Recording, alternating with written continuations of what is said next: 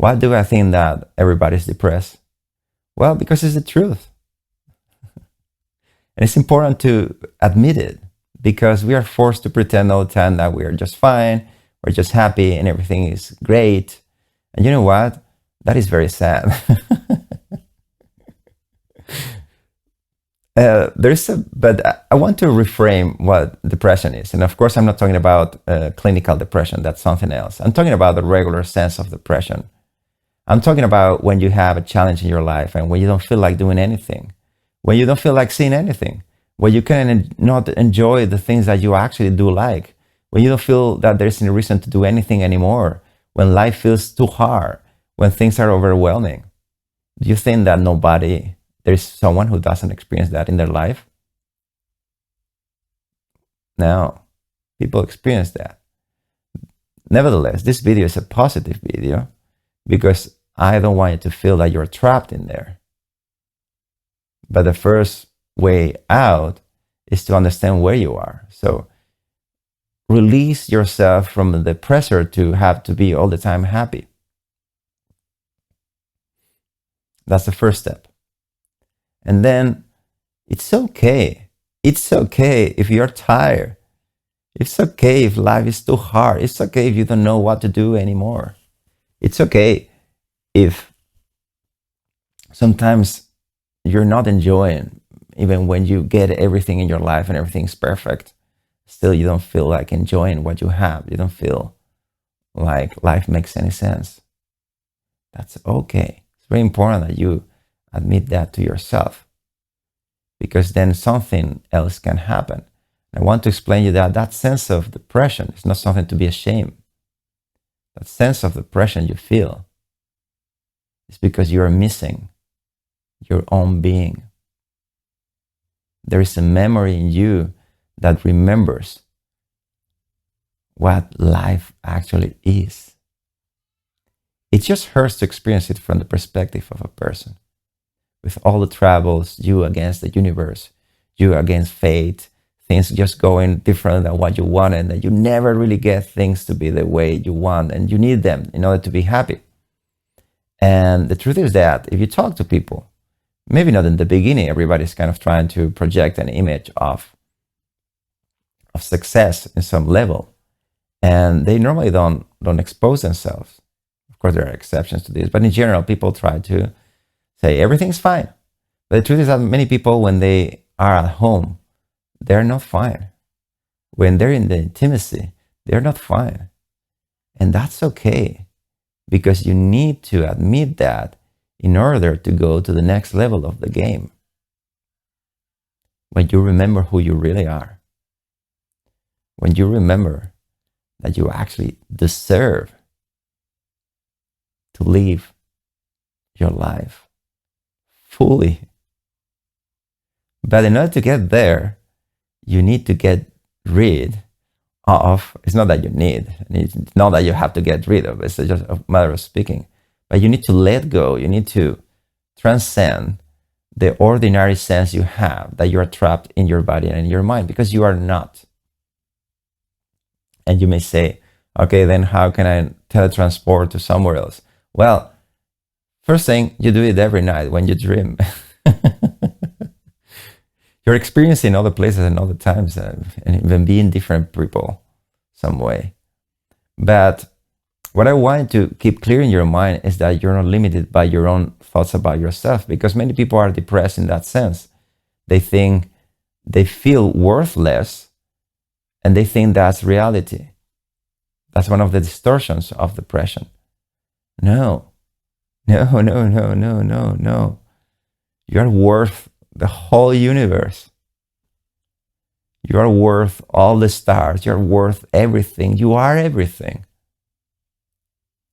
And only when you remember that you're not that person, that then all these thoughts of being depressed start disappearing. But when they disappear, there is no one there. So that's why I'm saying everybody's depressed, because when you are a body, you are depressed. But here's the good news, you're not a body, so you don't need to be depressed. I hope this doesn't seem too much out there. I'm not trying to be philosophical about this. I want you to explore your own experience and prove this to yourself, that don't lose the hope for freedom. Don't lose the hope for the greatness that you deserve to be experienced because of your own nature. So instead of projecting into a success in the future when you become someone else, when you finally have so much money, or when you finally have whatever you think you need to have, instead of projecting it, I'm suggesting you to make it your own. It is your own nature. You don't have to do anything. The fact that you're trying to get somewhere else and become someone else, it is actually the reason why you are depressed. And everybody's depressed. And depressive thoughts happen to every mind that believes themselves to be a separate mind and body, which is literally every mind in every body. The only way out of that is to realize that you're not the mind and you're not the body. Then you're not everybody. You're no one. And that is freedom. And I want you to experience this. Again, I'm not just making it. I know it's funny to be with these guys, but I thought they will understand about depression better than anyone else. They're all the time here sitting. Do you know what is to feel hopeless? So I just want you to remember that next time you feel disempowered, next time you feel tired, next time you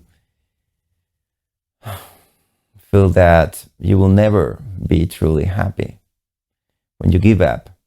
And I hope this is not really much the case. I hope this is just some things bubbling sometimes, some low moments in your life. That's okay. I'm not saying you are all the time in the low moment, of course. But if you're honest, you will realize that actually these egoistic thoughts of you being a body,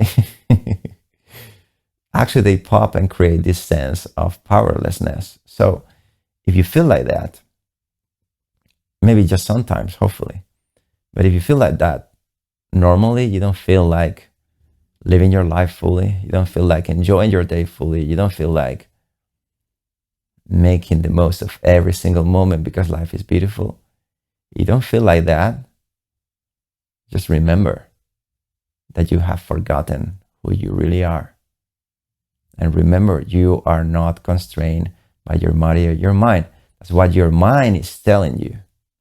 And the only way out of that is by knowing your mind very well. And knowing it, you transcend it. I'm going to use this guy to make that point. When we use our mind is just like here. It's like a voice talking to you. You don't even see it. What you do in meditation is you just start paying attention to this voice in your head and start seeing it like a voice in your head, not like you. Like it is something that is talking to me. Who's this guy? Who's this person? Who's this voice? Because there's something strange to that, right? Your mind is talking to you, then who are you and what is your mind? Something different, that one thing talks to the other. So when you start just observing your mind and realizing that it is a thing, your mind is talking to you, is telling you, you will never make it, you will never be happy, you're not good enough. Whenever you feel like that, because it will happen when life doesn't go the way you want, when you lose someone you love, when, all that stuff that happens being human. When this guy starts talking to you, just see the voice in your head. Feel it. And you know what happens when you do that? You start doing this. You start seeing it. It's not that you're still there. The voice still talking to you, but it's some way far away from you because you're just observing it. At some point, you're able to observe the whole thing. And when you do that, in that moment, you realize you are not it. You are not your mind. And everything your mind tells you, it is not you and it's ultimately not the truth. It can't. So, fine. You're living this experience where your mind talks to you. But if you pay attention to your mind, you will realize that you are beyond your mind. And therefore, you're beyond all the thoughts that come to you. And all the thoughts that comes to you are just that, are just thoughts. It's like someone talking. It's not you. You are. You are life itself.